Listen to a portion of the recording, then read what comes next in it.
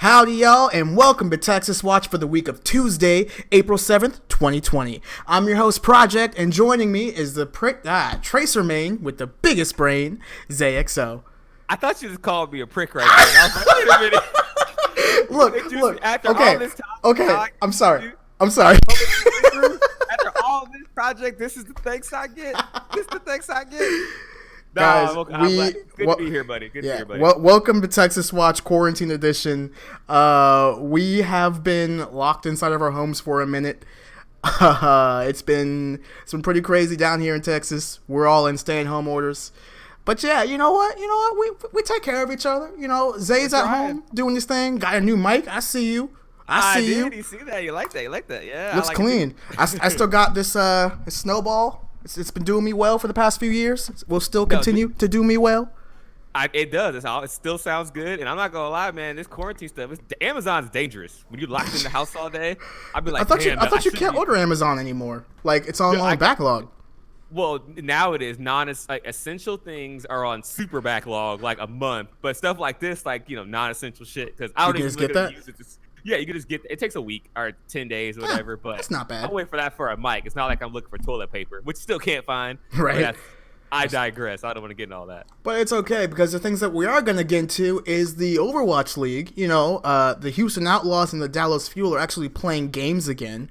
Now that we are in this online-only structure that the league has adopted, it's kind of nice to see, games still happening. You have the NFL, the NBA, every major sport around the world essentially has been canceled, but esports are still going on. But we're going to talk about that a little bit later, because this is Texas Watch, your source for weekly Overwatch League news about the Houston Outlaws and the Dallas Fuel. You can catch the show live right here at its new home at twitch.tv/ProjectAR. That's going to be where you can find me streaming, whatever I feel like, and of course Texas Watch. If you don't want to watch the show live, don't worry about it. You can catch it on podcast services around the globe. That includes Spotify, Google Podcasts, Apple Podcasts, Stitcher, if you use Stitcher, all three of you. Some of y'all got on your phone, don't lie. Of course. But yeah, we are chilling. Let's see. I have spent a lot of time playing video games over the past few weeks. And I mean a lot. The rest of America. America feels you on that. Dude, one. I feel bad for anybody who does not play any kind of game, whether that be tabletop. I see y'all in chat talking about Magic the Gathering. I'm bad at it. Don't try to. I don't know the strats and metas. I don't know any of it. I was like, this game's kind of cool. Like, you should check out MTG Arena. It's not a bad client anymore. It's still pretty good. Yeah, is it free? Yeah, right? completely free. Okay, that's what I thought. You can obviously buy into it, but like once you get through like the tutorial, you get a few good decks. Yeah. Zay, what colors did you play when you played Magic? Do you even remember? Actually, I don't even remember. Blue and green sounds familiar. Yeah. This was like. God, you're bringing me back, y'all. It was like the card game, not there was no online stuff when I first played Magic. So I think so.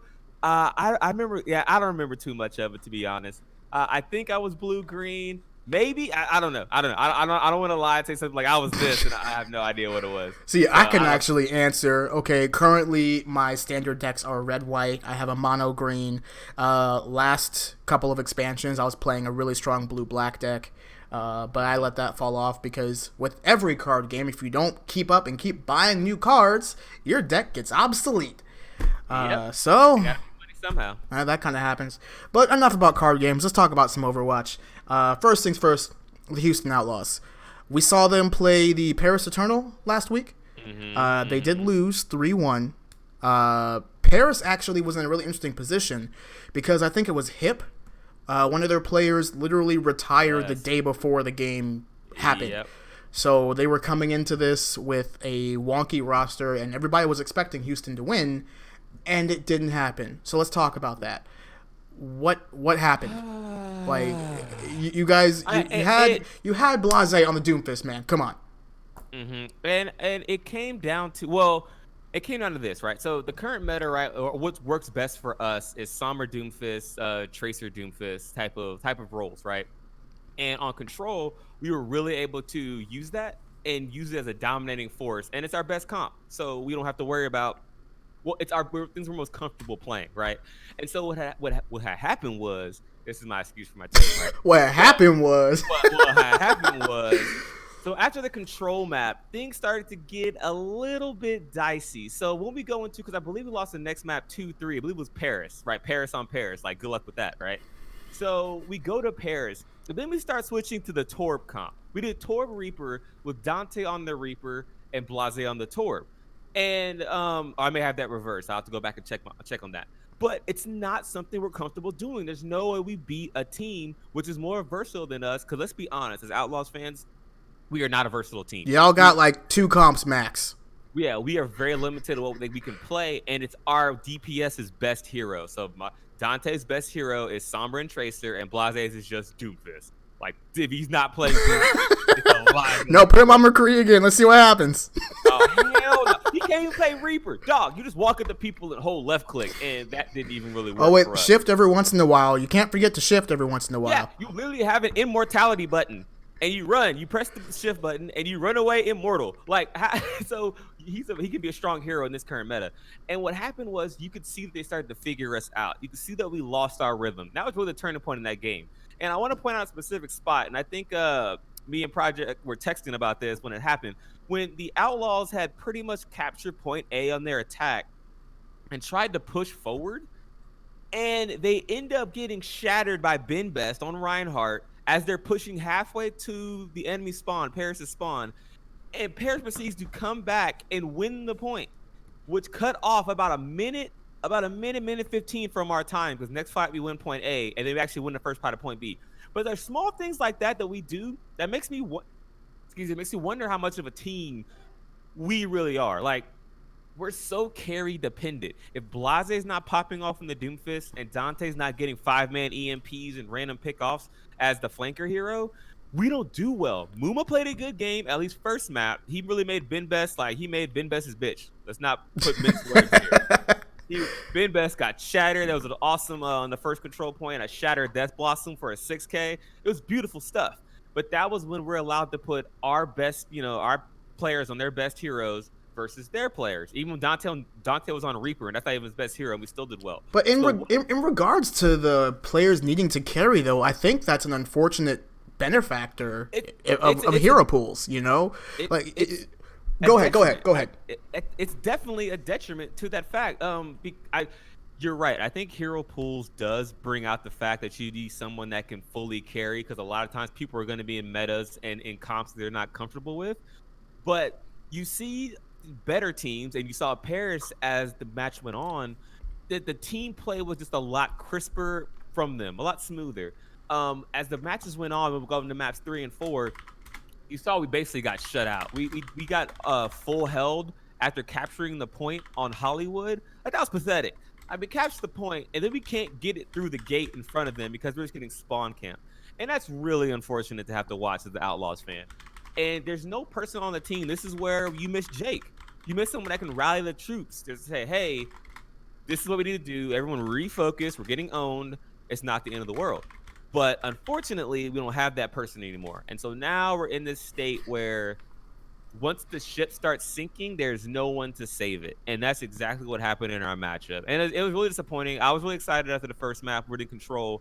And then when we lost that close one on Paris, that's when I got worried. And sure enough, we got 0-2'd on Dorado. Didn't even get to the first point. And then in Hollywood, we captured the cart and get spawn camp. Well, which games did you guys win? Was it only the second one?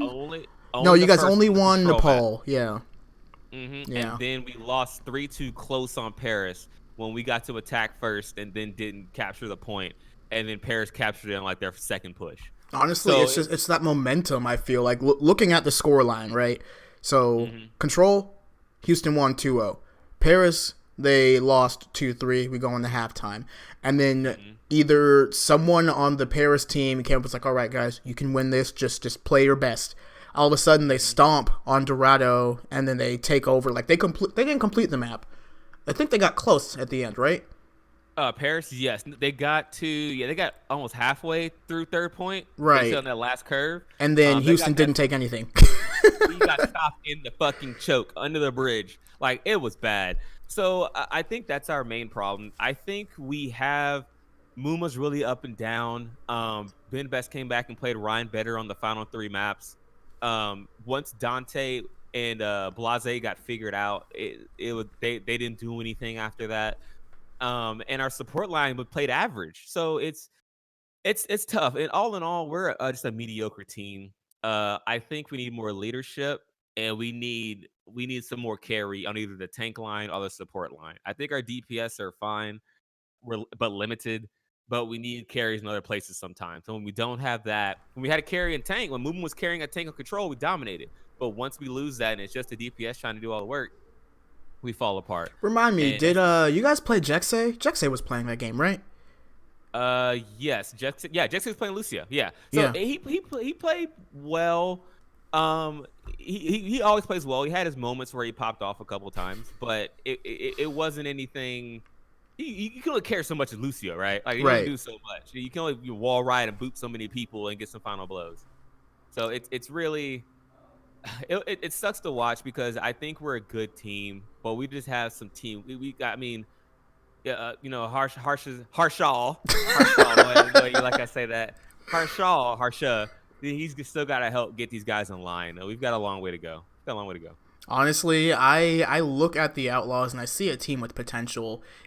I feel like they're facing kind of the same problems that Dallas is facing, which we will get to in a second. But this is talking about Houston for now. I don't want to be impatient.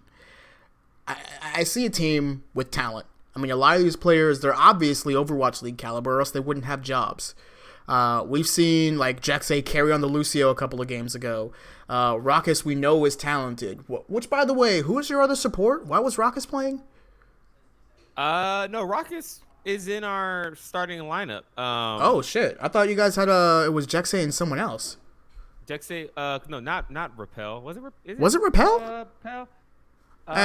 Look, if Raucus is starting, that means that his performance in practice is worthy of him starting. So, and plus, right, and it's obviously a coaching decision here. So absolutely, I trust Harsha to make the right decision and make the right call for who needs to play in certain situations.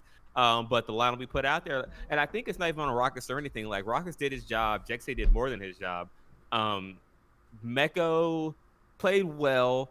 It's just we're all playing well, but we can't put it all together. And when the ship's sinking, I can just picture, you play those comp games where the ship's sinking and it's silent because everyone's low key triggered, but they don't want to tilt, and you're like on edge, and then it just keeps going downhill from there, and then it's silent. And I feel like that's what happens to the Outlaws on their comms when they lose close matches and it's going downhill. And you can't do that in OWL. Everyone's too good. Too good. I'm just worried, like we're no longer in the beginning of the season.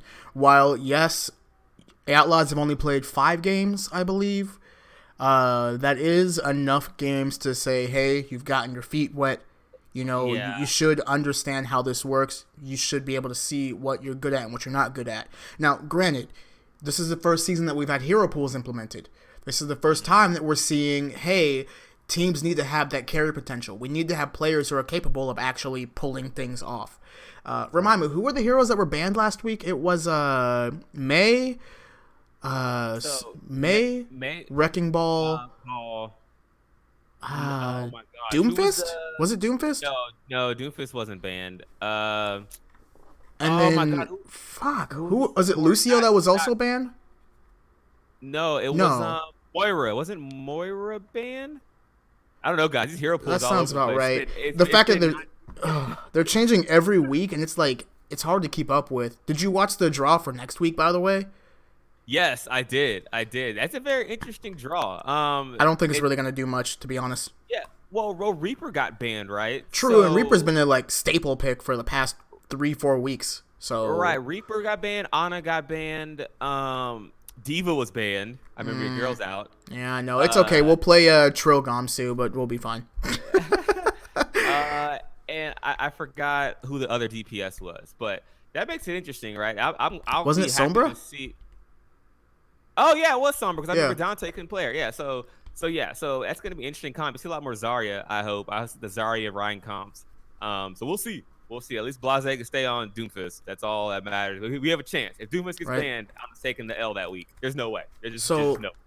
before we rotate over to Dallas, let's look at who Houston plays next week. And howdy ho, the Overwatch League app on Android is broken once again.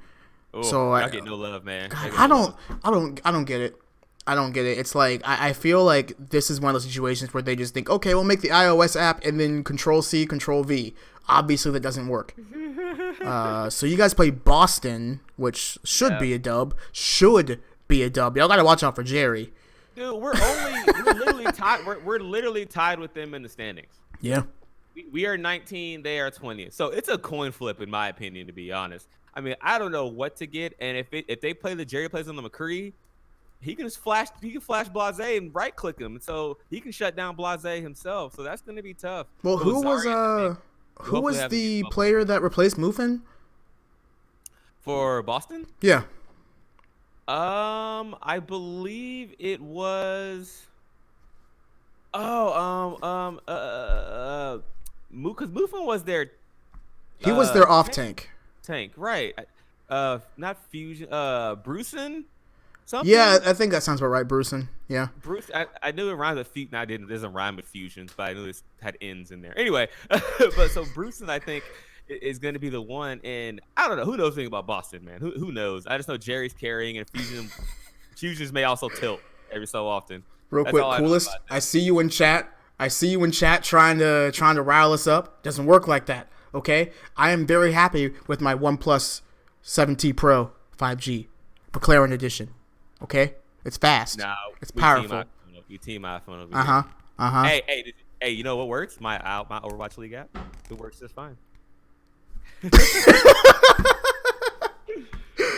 Also, I wanted to bring up, you guys do also play Toronto next week. Sorry, I think that's going to be an L. Toronto is definitely one of those teams that are surprisingly good. They fold at times when they're playing against like the top tier teams, but they're definitely like upper mid tier. So I'm looking forward to that game to seeing if Houston can actually keep up. I think it's an L as well. I'll just say screw it and say we'll beat Boston, but we'll I think you will. Toronto. Again, Surefour and Agilities are they're better than Dante and Blase. I can just openly say that. I think that's pretty fair to state. So with that case, I don't see us really winning the Toronto game. So that's just 2 games. You really like I'm getting kind of worried about the league. Like, you know, we'll talk about that. We'll get there when we get there. Any last points about the Outlaws before we move on? Yeah, get good. Okay. Well, with that, let's move on to talk about the other Texas team, the Dallas Fuel. Congratulations, Dallas. You have won your first game in almost a fucking year. You're off the schneid. Congratulations. Did you, like, seriously, the last time Dallas won was stage 3 last year. Oh, boy. I want you to take that, like, for a second and be like, wait, hold on. Dallas Fuel were good at the first half of the season last year, and then they had their homestand. It went really well, and something happened. I think it was that massive GOATS nerf, because that's when we stopped kind of, what do you call it? Getting good. I would say playing well. after the GOATS got a switch, you were like, oh god, how do we play this game again? But then we came back into this season with one of the strongest DPS lines in the league with Doha and Decay. We have a seasoned tank line with Note and Gamsu starting, and then we seem to swap around our healers a bunch. I haven't seen Unko play once. Harry Hook surprisingly started last week and actually helped us win, which I'm pretty happy about. And then we had Crimzo. He was on the Tier 2 Dallas Fuel team and got promoted up, and sure enough is actually playing up to his standard. Unfortunately, the first couple of games that Dallas played, they got stomped. It was not pretty. Zay and I were both there. It was not pretty. Yep, I think you expressed that pretty well. Yeah. I still remember being in the esports arena, playing San Francisco, and then when we finally won a map, that place erupted. It was electric. and then it went downhill again. And silence is golden. It's like a movie theater there. Like it really everyone turned was. your phones off. I'm looking at this team, though, and I'm seeing improvement. Dallas Fuel played 2 games last week. They played against the Los Angeles Gladiators. They lost 3-0. It was actually a fun game because we got to see OG play, and OG started for the Gladiators, and he used to be a starter for the Fuel. So it was fun playing against him again and seeing him stand on his old jersey. That hurt my soul. So when do you eventually let him go? I mean, now he just kicks your ass all the time. So what do you mean let him go? He's already on another team. I know, but what you should at this point be like, all right, I don't care if he's playing against us or not. He is now on the opposing team. I've said it once and I'll say it again. OG is fam, okay? He started off with us. He is still one of ours if he comes back to Dallas. But if we play the Gladiators, he can just go to hell. See, my thing is you can't play both sides. If you beat him, you're like, yeah, we beat OG. If he beats y'all, well, he's our old player, so it's okay. Nah, bruh. The first match, you could do that. It's like the 3rd time they played it. Each time they beat y'all. So, no, they've only beaten us twice now. What you mean? Okay. Did y'all win once? You haven't beat them once, I don't think. No. Okay. In my defense, the Gladiators are, I would say, like top 3 team.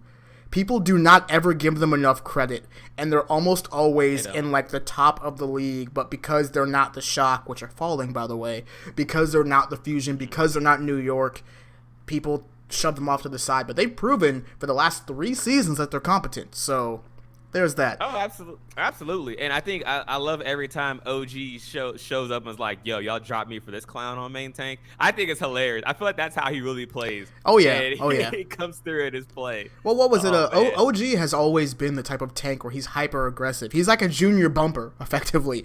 Right. And thanks to the Gladiators actually supporting him, he was able to, roll us, because when he played on us, or the Fuel, we really couldn't support OG's play style because we wanted to play more team oriented, but he likes to go in, press W, and swing hammer. And y'all got Gamsu, who's a little more passive, and that. But I like the way Gamsu plays because he plays a lot smarter. Let's talk about that game against the Valiant, because that's obviously where we got our first win. We saw a lot of interesting things. I definitely thought it was funny seeing so many pros, analysts, casters saying, why are they playing the Tracer into the Torbjorn? Because typically, that would be a really bad idea. But people seem to forget how good of a Tracer Decay is. Like, when he was playing on the Gladiators, that was his signature hero. That's what people are scared of whenever Decay plays. So I think that this is going back to the argument that I wanted to start earlier about hero pools making the game less, hey, focus on what comp is really good, and more of, okay, what are you as a player individually good at? And let's see that actually come to fruition. That's why we saw Decay on the Tracer and Doha on the Reaper. We have both of these players who are pretty excellent on these heroes. We had Gamsu and Note on their signature Reinhardt and Diva. And then you had Crimzo on the Moira, and then Harry Hook. Lucio was banned. I think he was playing lots of Ana. Long story short, right? We had a team that actually played to their strengths for once. And I think last time when we played the Los Angeles Valiant, they took us by surprise. That's why they beat us so bad. No one expected a team of rookies to perform as they did. So that's kind of what happened. But now this time we come in. We learn, okay, the Valiants aren't as strong as we thought they were. We've learned that this team has weaknesses. Let's take advantage of that. There were plenty of times where it looked a little dicey, I'm not going to lie. We won 3-2, which means that it had to go to a map 5. But the fact that we were able to take it says something. It does. I don't know. Like I mentioned this before when we were watching the games. Whatever y'all are paying Decay, it ain't enough. It ain't enough. For a fact that Envy is paying him very well. I as a Tracer main, watching that guy do some of the stuff he did, there were fights that should have lost so bad. This man would get a double pulse bomb and then and one clip headshot someone and get a 3K to save the fight. And that happened over and over and over again. And I'm like, I'm like, dog, this man is dragging y'all, kicking and screaming to a win. So I think if you have those caliber DPS, which as people were saying when the season started, these could be two of the best DPS in the league. Yes. By far. Which is what Dallas has needed for quite some time. You know how many DPS we've rotated throughout these last 3 seasons? Yeah, so I guess what Arrow said was just like, you know what? Play what you want, Doha, Decay, and just do it. And Decay was like, all right, bet. And they went into the Tor. And then you hear the casters say things like, I don't know how Tracer doing this Tor. I mean, the chip damage. And he proceeds to one clip the Tor like 3 straight times. And everyone's like, oh, I guess it's working. If you're that good on a hero, you can overcome a lot. But the fact that this game was so close with as well as Decay played, you're going to need a lot more. Like, you're going to need a lot more from the rest of your team to try to continue to against the Shock or any team in the top half. There's no way y'all win that game. I'm going to be completely honest and be constructive. I was not expecting Harry Hook to play as well as he did. But the fact that he is a veteran player at this point, the man knows how to play some Overwatch. And I feel bad for doubting him because it's like he's not washed. He obviously was able to keep up. Crimzo has been grinding tier 2 for 2 years now? I remember seeing him on Team Envy Season 1 Overwatch League, Season 2 Overwatch League, still on Team Envy, still in that support role, still working his ass off. And our tank line, I feel like Gamsu knew that he didn't play as well as he could have against the Gladiators. He got bodied by OG. There is no doubting about that. But seeing him come back, the fat shatters that he landed against the Valiant. Do you remember at the end of Eichenwald when we were about to finish point C, how he stood behind the Valiant spawn, waited for them to walk out of the spawn door, and then shattered them in their spawn? That's fucking big brain plays right there. That was a nice highlight because he knew. I mean, they have to come out from somewhere, right? Yep. So that was a big brain play. So it's interesting about the Fuel. Like they have a good amount of veterans. Now that I think about it, your team is. I don't want to say it's not old, but like we're not old, but a few serious veterans who have a lot of experience on this team. That's half of our team. Half of our start. Like if we take the starting roster from the Valiant game, right?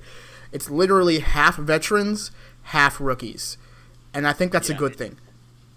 I think so. Yeah, I think as long as the DPS of Doha and Decay can keep that level of explosiveness, because that's what's going to have to be needed to push you guys over the edge. Because Gamsu's going to make a couple plays. I think Harry Hook is hit or miss a lot of weeks. This week he was on. There's some weeks where he's not, which is why he goes in and out of the starting lineup. If you can make that more consistent and Doha and Decay can continue to pop off like consistency level of a Sinatra, who actually didn't play this week.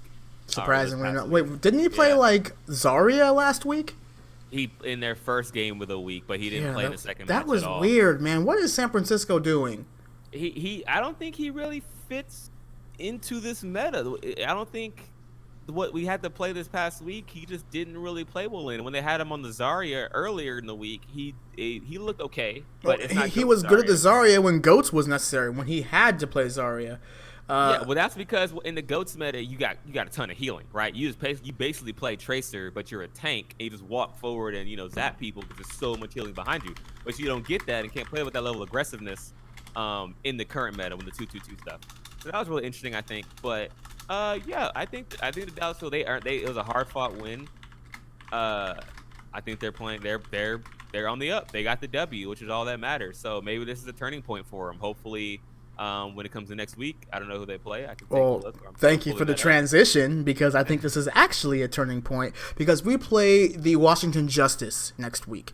Ooh, a team who they are very much on the downslide right now. I think they started off the season strong when nobody knew what to expect from them, and then they're kind of one-dimensional. So what do you do now? I'm looking forward to this because, if Dallas can get another win, that will be great. We start off the season really weak, and we need to get some dubs on the board. What I'm not looking forward to is the week afterwards, when I believe we start playing some of the Chinese teams. Their meta's all over the place, dude. They're playing all kinds of crazy shit. There's wrecking balls everywhere, and everyone runs Sombra, Doomfist. There was a Reaper, which is kind of still a meta, but there was one person they played I don't remember. I think a Pharaoh at one point was played. Like it's they run all kinds of stuff over there in the Chinese side of the bracket. Well, I would tell you who we play next week, but I just found out that week 11, 12, and forward have not been posted yet. Thanks, Overwatch League. Man, That sounds about right. I don't Coronavirus, virus. I don't even know what's going on with this right now. And to end on the feel point, I am very, very happy with where the team is right now. I think we finally figured out what we've needed. Like we started off a season with a really strong roster with great players, but they clearly hadn't been used to playing with each other. The fact that we had this 2 months of no games for this team, I feel like gave them the time to practice together, to mesh, to learn how each other plays, and to essentially make the team's cohesion a little bit better. And I'm pretty happy about that. But with that being said, I'd be happy with Decay's hard carry too. Continue. Of course, I'm happy with Decay's hard carry. I'm actually surprised that we didn't see Doha carry all too much. He was expected to be the wonderkin, but he's good. He's just not popping off like Decay's popping off. But he hasn't had his opportunity yet, so we'll see. But with that being said, let's move on to some more topics. But before we do, I want to talk to chat. I see Coolest in there, talking shit. Trying to call my phone bad, trying to say that everybody needs their. Okay, let's actually answer this. They ask, you gotta have your true main, your backup main, your counter character, and the "oh, I'm mad now" character. Who would that be for you? So true main is obviously Tracer. Of course. Backup main would probably be any role, or do we do each role? Let's go any role. Okay, so backup main, any role would probably be, believe it or not, probably Hanzo. Yeah? Be my backup main. Yeah? You play a lot of fucking Hanzo whenever we queue. Hanzo he's a trigger character. You get headshot by Hanzo, you're just like, fuck this guy. And I'm like, but so is Hanzo your I'm mad now main or your backup main? No, my mad now main is my same as my main because that's what I just want to screw with people. Okay, yeah, yeah. My counter character is Reaper. Yeah. Because you countered almost everything except for like a Widow. Which you counter a Widow if you TP up there, she doesn't see you. But my counter character is like, okay, we're fucking up. We just need damage. I'm just gonna go Reaper and just left click people. Okay. I'm mad now character. I think it would still be Tracer. Yeah. I don't. Because my mad now character, you go to when you're mad, you go to what you're best at, right? Yep. So that's what I'd probably do. So it'd be Tracer, Hanzo, Reaper, and Tracer. Okay. And then as for me, my main, Diva, obviously. Backup, I want to say Sombra. I've been playing a lot of her. I still feel like I'm competent with the hero. My what was it? Backup was the second one. Oh, counter character. No, counter character. May probably just because it triggers people. Yeah. I don't want to repeat that, but yeah. May shuts down a lot of things that a lot of heroes can do. She's about to get nerfed super fucking hard though, and I'm not looking forward to it. Thank God. I'm so happy. I'm so happy to do that. It's okay. And then my I'm mad now would have to be if I'm playing DPS, May, just because again it makes people angry, and if I'm angry, you're angry. Right. Like if I can't play the game I want to play, you can't either. And then my other I'm mad now is also my main, because when I get into that zone, right? If I'm losing and I know I just need to pick up the slack, I'm going to go to the character that I have almost 175 hours on, okay? Right, exactly. I agree. And that's just how it goes. I found out that there's somebody in the Diva main subreddit who literally is like, I'm going to name drop her, Connie with Mercy. Fucking, she's got 500 hours on Diva. And I was like, oh my God, bro, that's like all my Overwatch playtime. You're right. It's like, God dang, with one hero, like, you could do that with your eyes closed. You can literally play an entire map, probably with your eyes closed. Dude, no, like, I feel like I've played Diva so much that, like, her boosters cooldown, muscle memory, bro. Like, when it was 3 seconds, I was on that shit like a hawk, dude. And then, of course, they had to change it to 4 seconds, not to add an extra second to my count. But it is what it is. But let's rotate into a bit more of a serious topic. So coronavirus. Oh, my bad. Well, it's involving that, but not entirely. So Activision Blizzard made a huge investment in the Overwatch League a couple of years ago, right? Since then, we've seen them make some additions, some subtractions, made some changes. They've had to move relatively quickly into doing various things. But one thing that's been consistent is their lack of care towards the Tier 2 and Tier 3 scene. So, when Overwatch League first started, there were 3 main tiers of professional Overwatch, 4 if you count collegiate, but for the sake of conversation, let's just talk about the 3. We had Overwatch League, which was the cream of the crop. That was the best players in the world representing their teams for contracts, franchises, and millions of dollars at stake. You have Tier 2, which is Overwatch Contenders, which is supposed to be the young players. What was the age limit? 16 and up, I believe? Yeah, or is it before that? I think it was 16. I don't think there's only 15 years old in Tier 2. Okay. I think it was 16, between 16 and 18. So Tier 2 was where players would go that are good at Overwatch, but they weren't adults yet, long story short.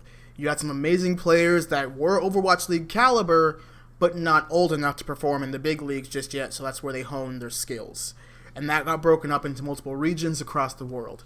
And then you had Tier 3, which was Open Division. Essentially, anyone could form a team, and they could sign up and perform in a weirdly confusing set of rules to finally become a team and perform and join tournaments. It was overly complex. Let's just cut it dry. There was like 2 Open Division tiers, and to get into like the real Open Division, you had to first do your regular Open Division, and then if you won Open Division, then you got to be in the bottom of Contenders after you. Yeah, so it was a very weirdly tiered system. Right. So it didn't really work very well. So moving forward, over the past couple of years, Activision Blizzard has started to cut back on all 3 of those tiers. We first saw it last year when they made Open Division less complicated, but they also gave less slots and less availability for more teams to perform, less chances for tournaments. It was just smaller overall. They also changed the structure of Contenders to, again, make it a bit smaller, more confined, but we had teams that were still making an effort and actually performing as well as, well, some of the big leagues. Yep. But then we move on to this year. Last year was kind of a middling year. This year, they've effectively said we don't really care about the other tiers. Open Division is nowhere to be found.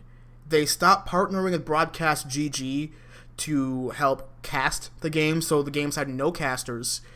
Teams just couldn't get formed. Tournaments weren't happening. It was just a big question mark. So that's essentially fallen to the wayside. Does Open Division even exist anymore? I haven't heard a thing about it. I haven't checked the website. That's probably something I need to do at some point, but who knows? But the fact that we don't even know should be indicative of the greater picture here. And then we also have Tier 2, which is Overwatch Contenders. They made some really weird changes last year to only seeming to make it, what was it, Asia Pacific, NA East, NA West, Australia. Does that even still exist? Or is there still Australian Contenders this year? I don't know if there is, actually. I haven't heard anything about it. I know that there's someone I follow on Twitter who was on a team saying they weren't participating. So maybe that's indicative, and then they maybe have cut it. And then we had, they cut it to 20 teams to where only Overwatch League teams could have a Contenders team, which made it even smaller. And as this year has gone on, we have seen team after team after team drop off to the point where there are only 8 out of 20 Contenders teams. I think 6 of them are in the Asia Pacific region and 2 of them are in NA. I don't know, man. Like, we're seeing a lot of pros drop off. They're saying, oh, I'm going to go play Valorant now, which, sure, if you're good enough to go against all those Russian Counter-Strike pros. Yeah, no kidding. All right? these CSGO pros coming out of retirement like, I'm going to play Valorant. Like, oh, shit. Here you go. Thanks for ruining my game. Right? Did you see that Taimu retired from Overwatch? Oh, yeah. A couple of days ago. He was one of the big names that said, I don't want to play this game anymore. I'm moving on to something else, which when the team and the league that you're playing for, and I'm speaking specifically of Tier 2, is so underfunded and underutilized that all these players are jumping ship at the drop of a hat. We're seeing, granted, not every Contenders player is dropping off. I feel like I'm making it seem like it's a huge amount. It's not every single one, but I'd say like a good, fifth? Right. Are trying to say like, I'm not playing this game anymore. So I would ask this. So what other esport has a very largely funded tier 2 team? Okay, that's a good question. So if we're talking about major esports, so we're looking at what? League of Legends, Dota, Counter-Strike, Call of Duty. Is Apex considered a large esport? Nah, not really. No, I think it's a tier 2 esport. It's not a tier 1 esport. So let's just look at those for now, right? Does COD even have a tier 2? Because that's still Activision Blizzard. I don't think they've invested in a tier 2 for COD. Okay, that's fair. So I guess we want them in the same boat, so they can kind of put them to the side. Right. They had a Go ahead. So I think what I'm trying to, I guess, kind of say is that Blizzard stepping away. It all comes down to the dollars, right? The dollar bills. Like, so Blizzard stepping away is saying we'll front you the beginning part of it, but we have to slowly scale back and let the esports scene grow on its own, and let these teams have to pump money into it themselves, or other organizations have to come in and fund their own teams. And they're finding out that that's really hard to do. Mm-hmm. And I think what we've seen in terms of just Overwatch in general, as the game, I don't want to say dying, because that's a fucking meme at this point. It's such a fucking meme. All games, it's 3 years old, dude. All games slow down, right? Unless, League is just Riot's just, that good at it. So I think that they've had to keep the League alive. Blizzard has had to step back, which I don't fault them for. This is corporate Zay coming out. So corporate apologist. Corporate apologist. Yeah, y'all can hate me as much as you want. But them stepping back is for the longevity of it. I think trying to spread yourself that thin is how esports leagues like that die. You can't support everything. Right. So it's really on the teams, which they've done. There's 8 teams left in Contenders, to actually make the tier 2 scene work. And so I don't really fault Blizzard for it. I think it's more on the orgs, but we'll have to see. Like we've said this before when the season started. This is a big kind of make or break year. Coronavirus hasn't helped. But then when Overwatch 2 comes out, the first year Overwatch 2 is out, if people don't get excited and come back, I think that's it. Well, that's what worries me is Overwatch 2, we know for a fact Activision Blizzard is going to put millions of dollars of marketing into this game and into Overwatch League for Overwatch 2.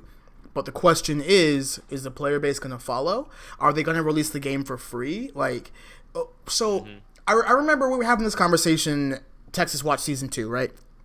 Now, Overwatch 2, I predicted was going to go free to play for the multiplayer. If you want to play the single player co-op campaign stuff, you still have to pay, which I'm still a little iffy on, but I kind of get it. You are getting a story experience.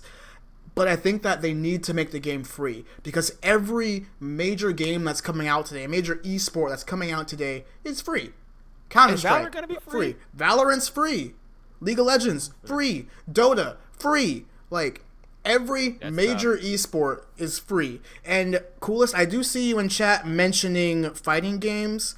We're not really talking about them in the same sense, just because fighting games are more of a individual-based system where you have specific players who are really good that get those contracts versus whole teams. In the fighting game community, they don't even like to be called an esport. It's kind of funny. It's kind of a thing where, if I follow the Tekken scene, and it's the FGC. You're the fighting game community. You're not an esport. You call fighting as an esport, people are like, ew, it's not the same. It is the same, but it's not the same. Yeah, fighting it's a different it's a different vibe. I enjoy watching fighting games. Oh, same. But it's different. It's different than the super corporatized and everything else kind of esports. I think that this is one of the bigger problems with the Overwatch League that we're finally starting to see, is them trying to corporatize it. We all knew from the jump that the Overwatch League was gonna be a big question mark, because this was Activision Blizzard saying, okay, we're gonna funnel in millions of dollars. We're gonna say, and this was at the beginning, a team franchise spot is worth $20 million, right? Whereas most other esports are very grassroots movements, are very much, hey, if you want to be successful, find your team, win. Yep. That's it. You'll get sponsorships after you win. You'll get money after you win. Whereas this one is you'll get money after you pay us money. I don't know. It's really weird because like we knew from the jump that they were trying to bring in investors from traditional sports. There's no denying that. Even our current Pete Vestelika, he came from traditional sports. So they're clearly trying to go for something different here. And I mean, I was all for the syndicated, we have a whole season. I was all for the home and away game idea, and I still think it's a great idea. But I'm starting to think that there are some things that they're doing that are a bit too corporate. Would you agree with that? Yeah, well, you kind of saw that what was coming when they hired, what was it, the former NBA commissioner or the media, the TV guy as the new Overwatch League commissioner. Yeah, Pete Vestelika. Oh, that's it. I didn't know that was his name. Yeah. So you're absolutely right. So when he came in, you knew that's what it was going towards, but you have to remember this is Activision Blizzard, right? That's an end goal. They don't give a shit. They need to please their money. investors. We want to please our shareholders at the Q2 corporate meeting at the end of April or whatever it is, May. So that's what their number one focus is. And then the secondary part is having a great gameplay and a strong fan base and everything else. And to get money, you need a strong fan bases. So they will cut costs and continue to do so until it becomes profitable. Not what's the best experience, becomes profitable, which is all Activision Blizzard really is. So I'm concerned in the sense because this is a make or break year, and this has happened across the world with this pandemic. Yeah, this is really gonna hurt Overwatch League. Let's talk about that. I mean, the coronavirus has hurt everything. Luckily, esports don't need to be played in an arena, even though that was the goal. The fact that they can be played at home does help, but I mean, we're seeing Activision Blizzard taking the reins over again. I mean, you've seen it. We've been to 2 separate homestands this year, run by 2 different teams and 2 different organizations. And if you ask me, they had 2 different vibes. I feel like they were trying to say, okay, now that you guys have invested so much money, I want you and each individual organization to run your own event. Like, sure, the broadcast would be similar each time, but if you went to the events, they were different. The ones at the Washington Justice had aerialists and a big pregame thing that was happening, whereas, like, what was the Philly one? Like, it was very standard, like, no frills. All right, guys, here is the stage. Players are walking down the aisles. We have gritty, we have cheerleaders, which I thought was a bit off-putting at first, but screw it, makes it more official. And then like even Houston versus Dallas, like the things that Dallas did, like how they had a whole mini gaming festival right to the side, whereas Houston's was very much like, all right, here's the venue, come get some snacks, go sit down and enjoy the game. Like I liked Houston's a little bit better because it meant that it was much more straightforward. Let's just cut that as it is. But I also, we could get beer. We could get beer. That that was insane at the Dallas. I was like, wait, where's the beer? Oh my God, it's way in the corner in Narnia. We have to go get it. Yo, I'm gonna tell this story again real quick. I still remember when Zay and I arrived at the Dallas homestand. We were like, all right, cool, where's the beer? And sure enough, no alcohol allowed on premises. We were way too early because there was the kids event going on. They were selling alcohol for like 4 hours. We're like, what the fuck are we doing for 4 hours sober at a kids event? And then we went to the store and got beer and tailgated. End of story. Looking at the way that the league has switched back to its own production for the rest of the league isn't bad. You know, it's got some hiccups, but anyone trying to run a large franchise league from their home is already insane enough. You know, the fact that the hosts have, like, stand-ins and circle lights is nice enough. They couldn't even have that. Yeah, and I think what is going to be tough for a lot of these investors to dip their toes back into the league with is they're losing money. You realize that a lot of these things that have happened because of coronavirus, these events, these venues that can't be used, they may not get their money back. Like, it costs money to get these venues, man. Like, you know, well, it's not Optic anymore, but our new Houston real estate investor who owns the Outlaws, he ain't getting that money back that he paid to be at the Invention Music Center for those games. Well, wasn't your second homestand in September? Yeah. So hopefully, yeah, all is good and that doesn't go away. I'm hoping that's the case. But in the Dallas stuff, like Hastro's not getting that money back that he paid to be in those places. Like, nope. So it's really going to test to see how much these investors who own these teams are sold into the league. Well, they've already canceled all the homestands for the rest of the year. I know you've seen this. Yeah, but think about it. So you own the venue. You broke too, because ain't nobody coming to events. You don't give them that money back? You don't give them that money back? I wouldn't give them that money back. I'm like, yo, dog. I gotta pay rent. I own this. I own this land. Like, nah. Yeah, I there's no refunds on this. I gotta pay the bill for my property taxes. So I think that's gonna be hard. And when the owner of any team, Justice, whatever it may be, Fusion, they look at that balance sheet, they're like, yo, I dropped like $600K to have these homestands, and I missed like 4 of them or 3 of them, whatever it may be. And the game viewership is dropping. Obviously, I think last week the highest viewership I saw, I think it was during the Philly game, it was like 50K, 45K on YouTube.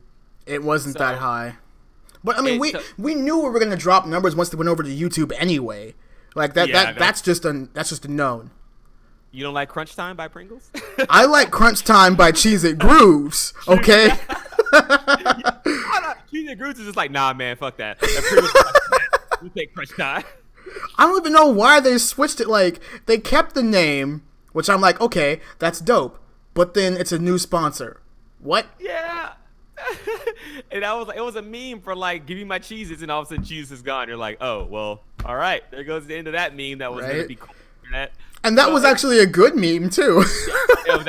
They had the grooves in there, grooves like emote or something. Or like it's like a yellow square. Like it's a Cheez-It. Yeah. Come on.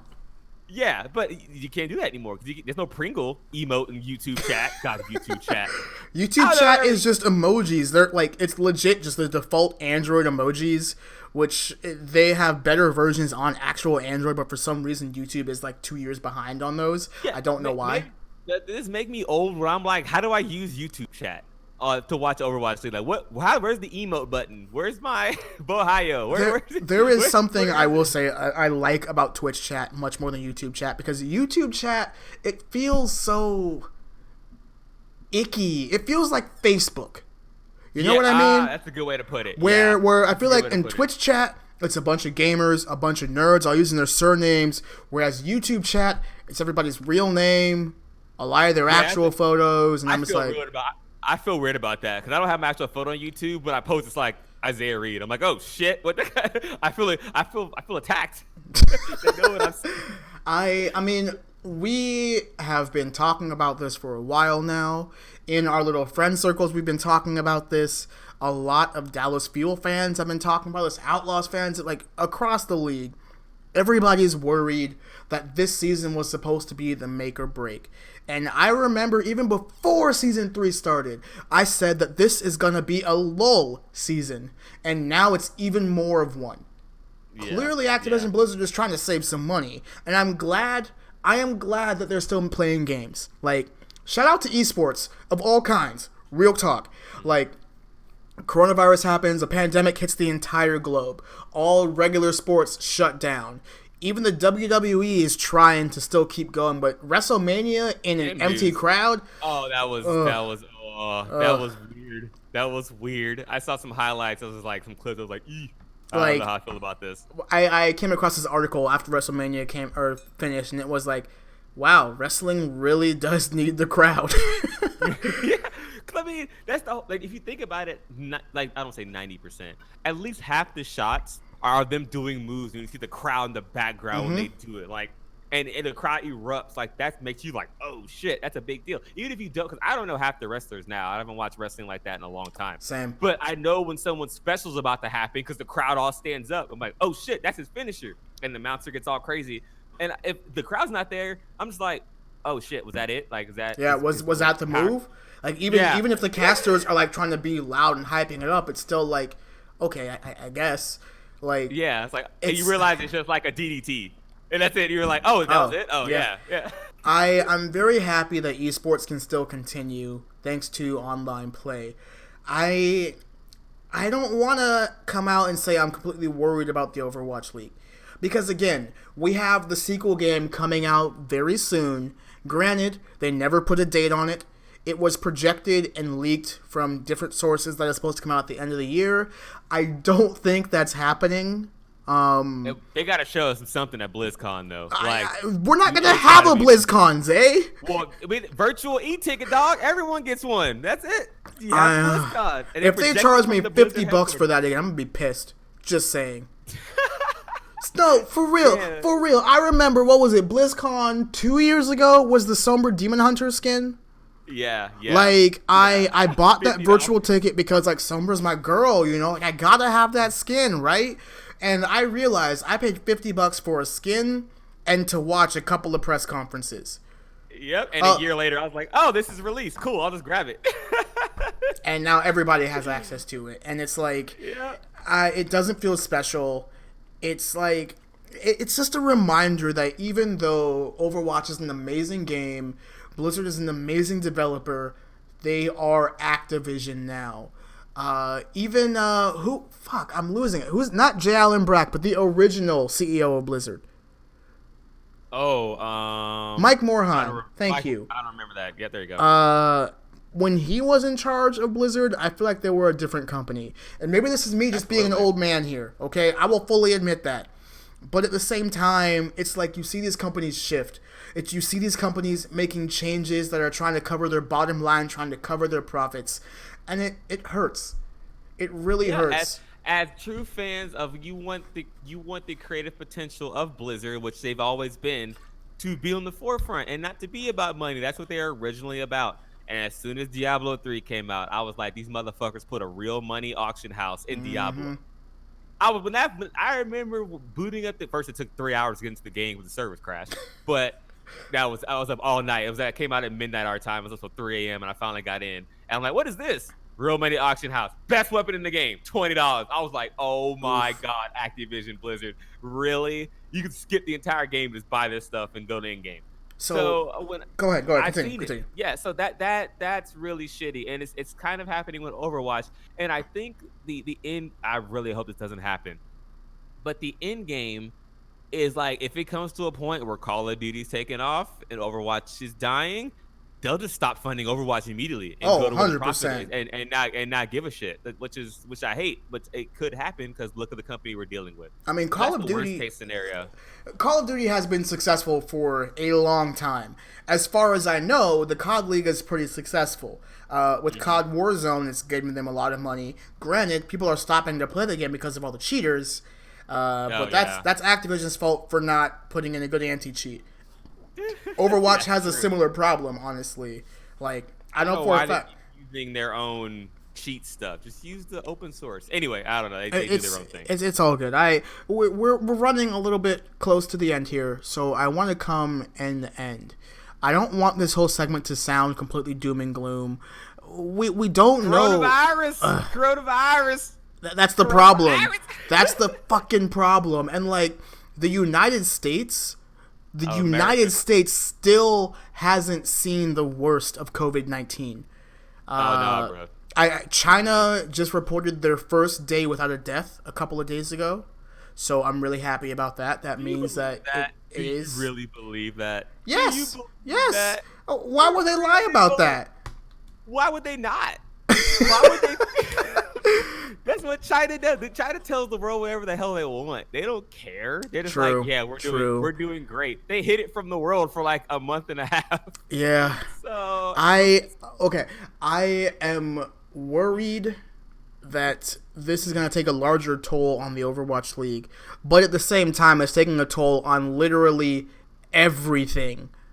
Like, it's not like just OWL is being affected and the COD League is still going and selling out events. That's not happening. Every esport is at home right now, and I feel like this year has just become a big pause button for literally everything. What does that mean for next year? I don't know. We really haven't heard anything, or we don't know what's coming. And that's the thing about esports. You don't know. Everything in esports is so year to year because these are some really thin margins that these games play on. It's based on player base and viewership, and that can fluctuate based on a new game, a la Valorant. Now we've got over 1 million people on Twitch watching Valorant right now. Did you see the numbers this morning? Oh my! Oh I was God, dude. I woke up at 7:30 and was like, bet. Started the stream. Dude, no lie, I had Seagull on all day, just in the background. Like, come on, where's my drop? Where's my drop? Yeah, and which will always be a thing for esports. This is, I know you said we're going sometimes. This is my final point, which will always be hard for esports because there's always gonna be another big game. And so, how do you give your game the staying power of like a League of Legends or a Dota to stick around for that long? When, as we see right now, Riot Games is this is a beta, and they have over 1 million people watching this. Overwatch was in beta. I don't know what they even did. They did not come close to these numbers, dude. And to be fair, though, I think that it's Riot Games. Like, we have to remember that they have been Riot Game for a long time, and they held the highest point on Twitch, even throughout Fortnite's life cycle, okay? Like, this developer people love their games, and I'm sure that it's going to do great on Twitch. I'm sure it's going to do great for esports, and I'm looking forward to what Valorant does for esports as a whole, because I think that it has the potential to be the next serious esport. And I think people say it's an Overwatch killer. I think the games are very different. As I 100%. Just said, I've been watching Valorant basically all day, and just to get the drop, obviously. But it's a very different. Sometimes I get bored. I just want to go when I watch Overwatch. I don't get that sense of boredom because a lot is happening at once. Mm-hmm. Valorant is a much slower pace. Sure, you get abilities, but much slower. It's a totally different watch compared to Overwatch. So I think there's room for both of them in the esports scene, to be honest. I would agree with that. But with that, I think we're going to cut here. Thank you for watching and or listening to Texas Watch, your source for Overwatch League news about the Houston Outlaws and the Dallas Fuel, and of course, just discussion about esports, Overwatch in general. You can catch us live right here on twitch.tv/PROJEKTAR. That's Projectar. Oh my God. I just got that. I think it works out. That wasn't the intention, but it came out that way, so I'm going to roll with it. He's got a new little P logo. Check out the Twitch channel. It's a P with an exclamation mark. I'm pretty happy with where my Twitch is going right now. I'm streaming whenever I feel like it now, thanks to me being home all the time. You can catch me streaming Overwatch, Animal Crossing. We're streaming a lot of that. Also, little announcement. Thank you for staying till the end. I'm going to have our first game night on Thursday. We're going to be playing some Jackbox, some Drawful, and Marbles on stream. We're going to start that at about 8:30 p.m. CST, of course. So come on by the Twitch channel, join us, and maybe you can say hi. Sorry, coolest. No Post Malone show this week. Coronavirus. But yes, please come and join us for our first game night. It's going to be a lot of fun. We're going to have a lot of people there. And until next time, let's make Texas proud. Yeehaw.